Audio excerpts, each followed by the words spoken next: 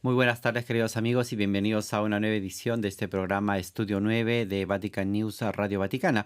El día de hoy tenemos la grata visita de Monseñor Mario del Valle Moronta Rodríguez, arzobispo de San Cristóbal en Venezuela. Monseñor, bienvenido a Vatican News a Radio Vaticana. Bueno, muchas gracias por permitirme estar con ustedes y compartir con tanta gente de habla hispana del mundo. Y muy contento pues porque eh, no solamente tener el contacto con ustedes, sino poder compartir algunas de nuestras experiencias.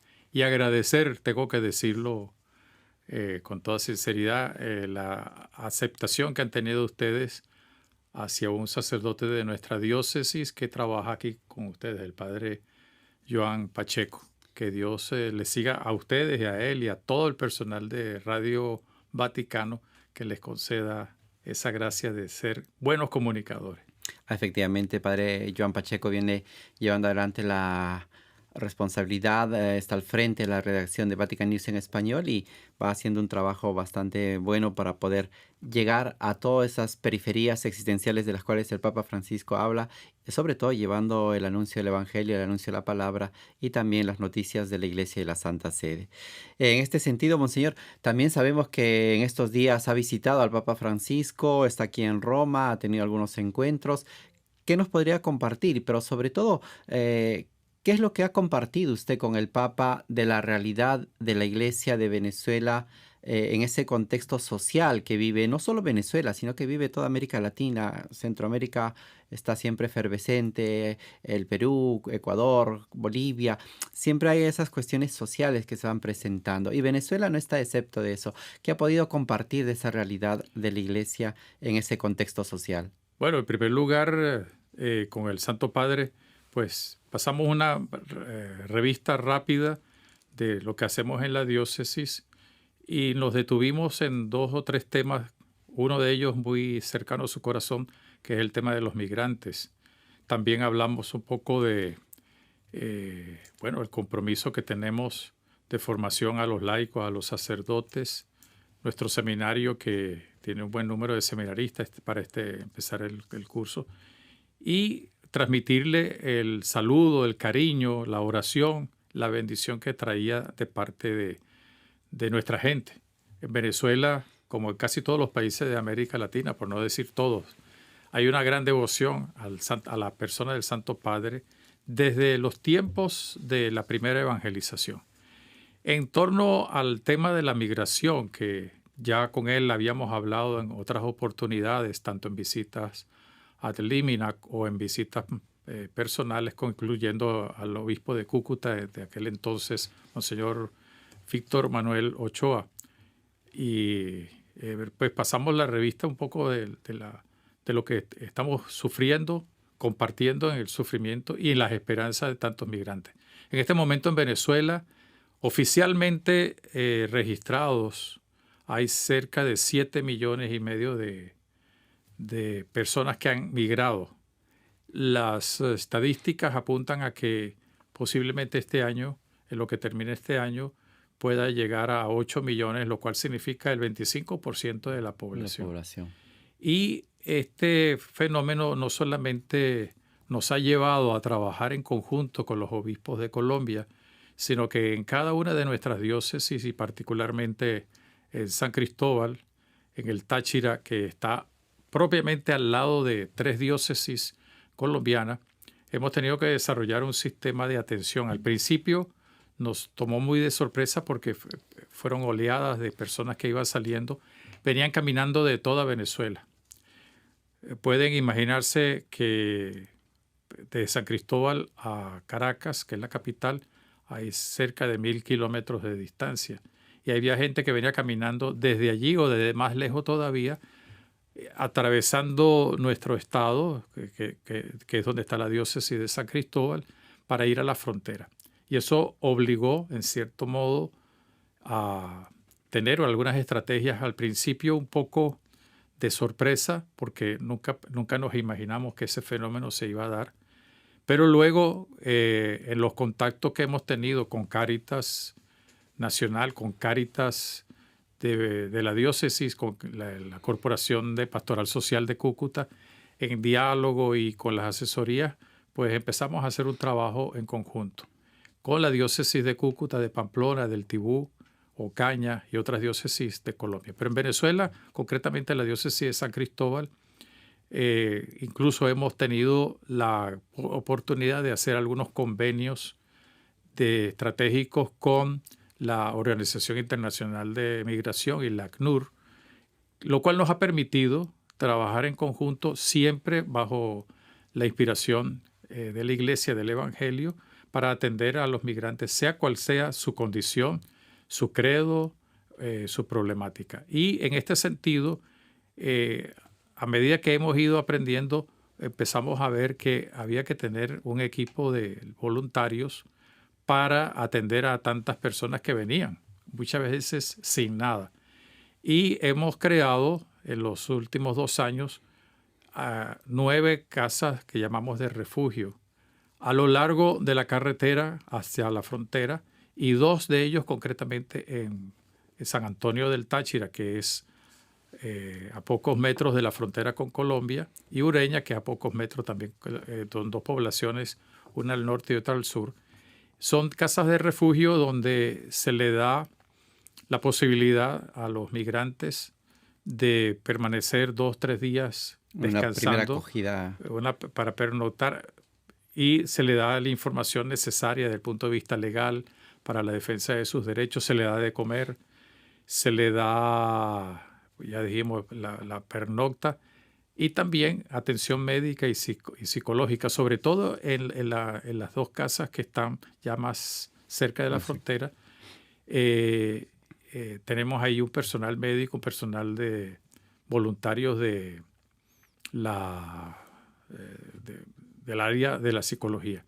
Y a lo largo de la carretera hay también algunos centros para pernoctar o para que se le puedan tener comida. Y en una de las alcabalas de entrada a San Cristóbal hay un equipo que está allí con una pequeña carpa para darle información, indicarles qué deben hacer, qué no deben hacer, cuáles peligros tienen, dónde tienen que acudir, etcétera. De manera que hemos desarrollado un trabajo que nos ha permitido 2 cosas interesantes. Poner en práctica una de las obras de misericordia.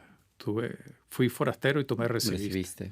Y en segundo lugar, hemos también trabajado no solamente con los voluntarios o con algunas personas cercanas a las parroquias, sino con toda la diócesis, para que haya conciencia de que todos tenemos la obligación de atenderlos. Y eso nos ha permitido el que, por ejemplo, a lo largo de la carretera haya personas que de pronto, sin estar cerca de las casas de refugio, le puedan dar una cierta acogida o algo de comer, e incluso muchas veces hasta un espacio para descansar.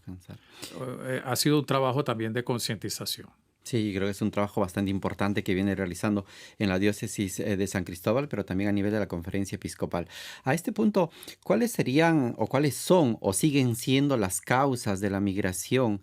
Porque son 7 millones de personas que ya están casi fuera, el 25% de la población venezolana que continúa saliendo. ¿A qué se debe esto, monseñor? Pero evidentemente a 3 factores.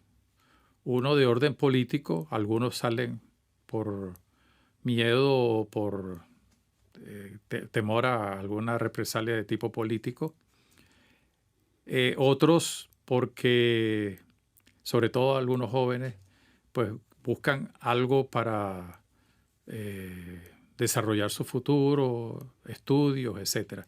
Pero la inmensa mayoría, sobre todo la gente más pobre, va buscando sustento, cómo sustentar, porque la crisis económica es muy fuerte.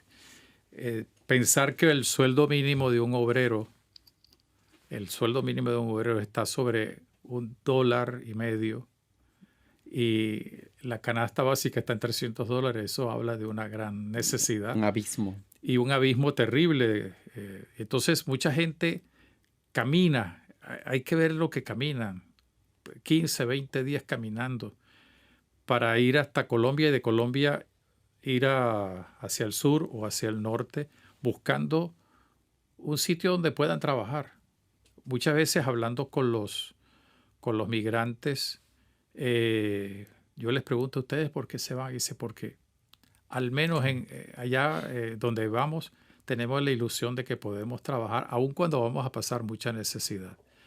Y muchas de esas familias, al principio iban solamente los adultos, pero ahora se llevan ya los niños y van Va toda la caminando con familia ellos, ¿no? y con ellos. En algunas partes los están recibiendo muy bien, en otras partes hay grupos, lo puedo decir, que es toda la población, pero hay grupos, sobre todo con alguna orientación política, por venganza hacia el gobierno o lo que sea, pues tienen alguna orientación de xenofobia, pero eso no es en todos los países, y en los países donde lo hay no es toda la gente, ¿no?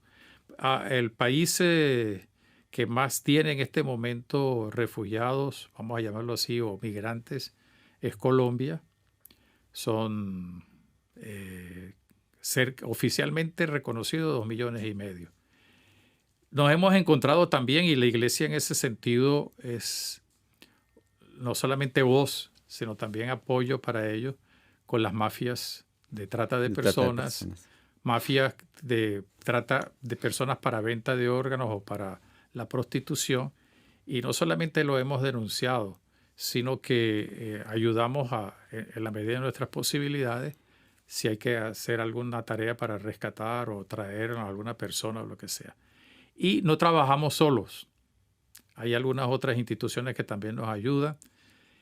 Pero una cosa muy bonita que el Papa Francisco nos lo decía hace 3 o 4 años atrás en el mensaje con el Día del Migrante: la Iglesia no tiene fronteras porque es madre de todos. Y en este sentido yo quiero reconocer públicamente, ya lo he hecho, incluso lo dije al Santo Padre, nuestro agradecimiento a todas las iglesias del continente, pero particularmente a Colombia, porque los obispos colombianos han organizado también, no solamente con los venezolanos, sino con otros migrantes de Haití o de otros países, un servicio de atención y de preocupación.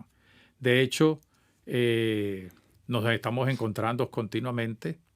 De hecho, también la representante de la presidencia de las 2 conferencias estuvimos en las puertas del Darién, del lado colombiano, en Necoclí, antes de ir al Darién, bueno, como un signo, como un gesto de preocupación y de demostrar que la iglesia pues también se preocupa y está ellos, ¿no? presente en Está esas presente en situaciones todas partes. sociales que afectan a la población. La próxima semana, organizada por el Dicasterio del Desarrollo Humano, la sesión de migrantes, va a haber en Cúcuta un encuentro de obispos de todo el eje fronterizo, desde el norte hasta el sur de Colombia y Venezuela, un poco para compartir las experiencias y, bueno, proponer algunas líneas comunes de trabajo. Yo tuve ayer una entrevista con el padre Fabio Viallo y otros personales, y compartíamos esto y sugeríamos que ojalá en un futuro cercano, con el CELAN y con el Dicasterio, se pueda organizar, vamos a llamarlo así, una especie de congreso, de encuentro,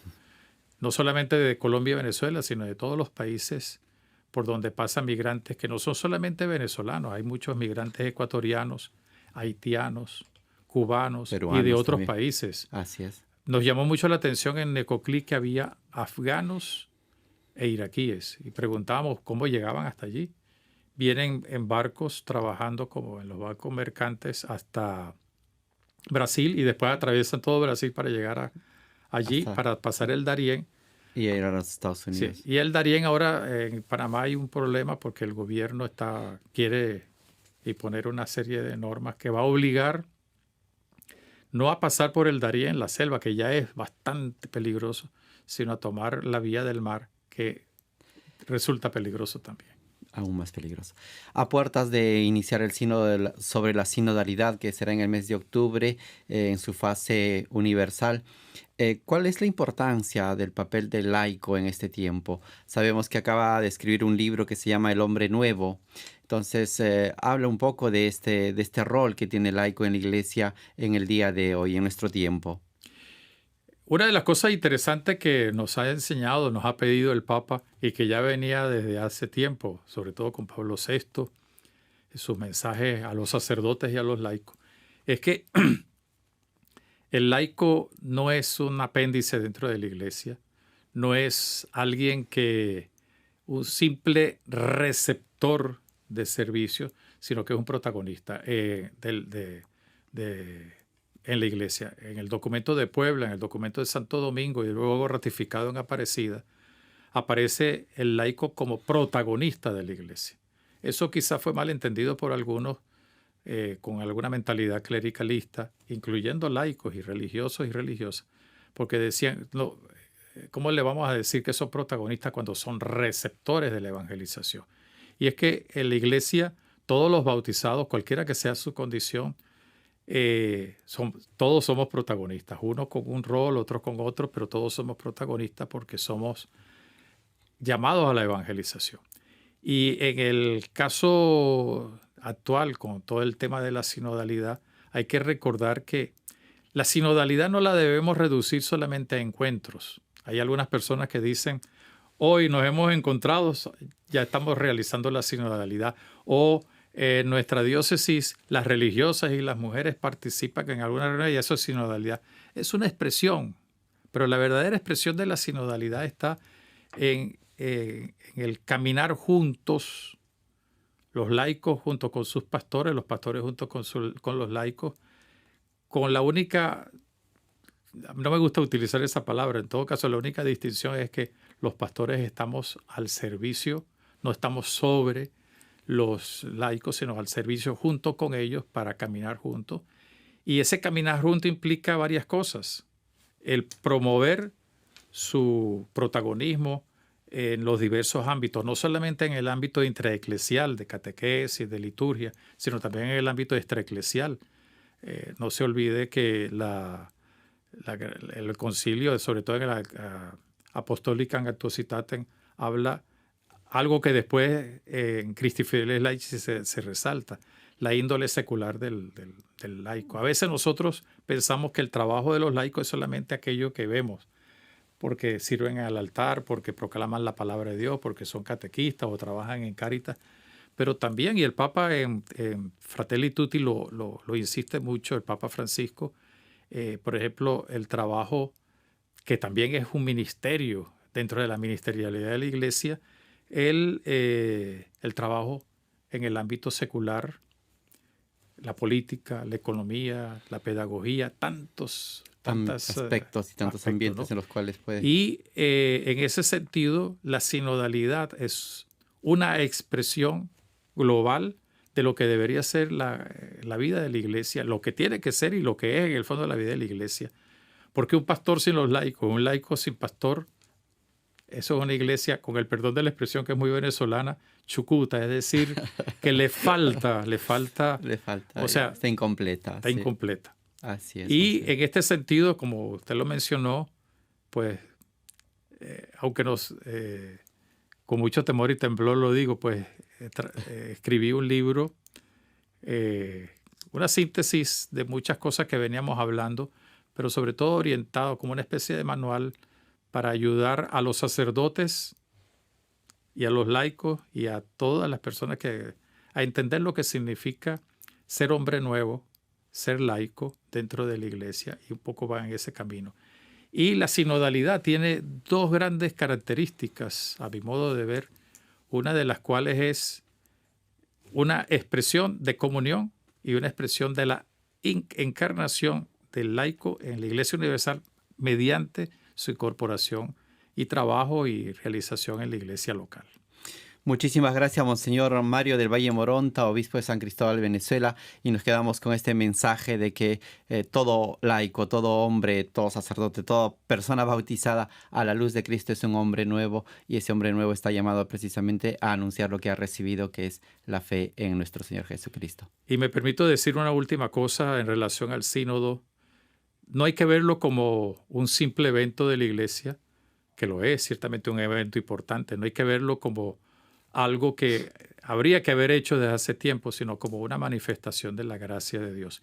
Yo pienso, y me atrevo a sugerir esa idea, de que la sinodalidad es un don del Espíritu, por tanto uno de los carismas propios de todo miembro de la Iglesia. Efectivamente, el Papa el día lunes lo recordó, el sínodo lo hace el Espíritu Santo y seguramente este evento eclesial que es el sínodo lo estarán siguiendo por aquí, por Vatican News, Radio Vaticana, desde el día 30 de septiembre, cuando se aperturará todas las fases y todos los momentos de este sínodo. Muchísimas gracias, Monseñor, una vez más por haber estado con nosotros aquí en Radio Vaticana, Vatican News. Gracias a ustedes y que las bendiciones de Dios para ustedes y para todos los radioescuchas vengan siempre en abundancia. Así es, y sigan en sintonía de Vatican News este fin de semana acompañando al Papa Francisco cuando dirigirá la oración mariana del Ángelus este domingo desde la ventana del Palacio Apostólico. Muy buenas tardes y un buen fin de semana. Gracias.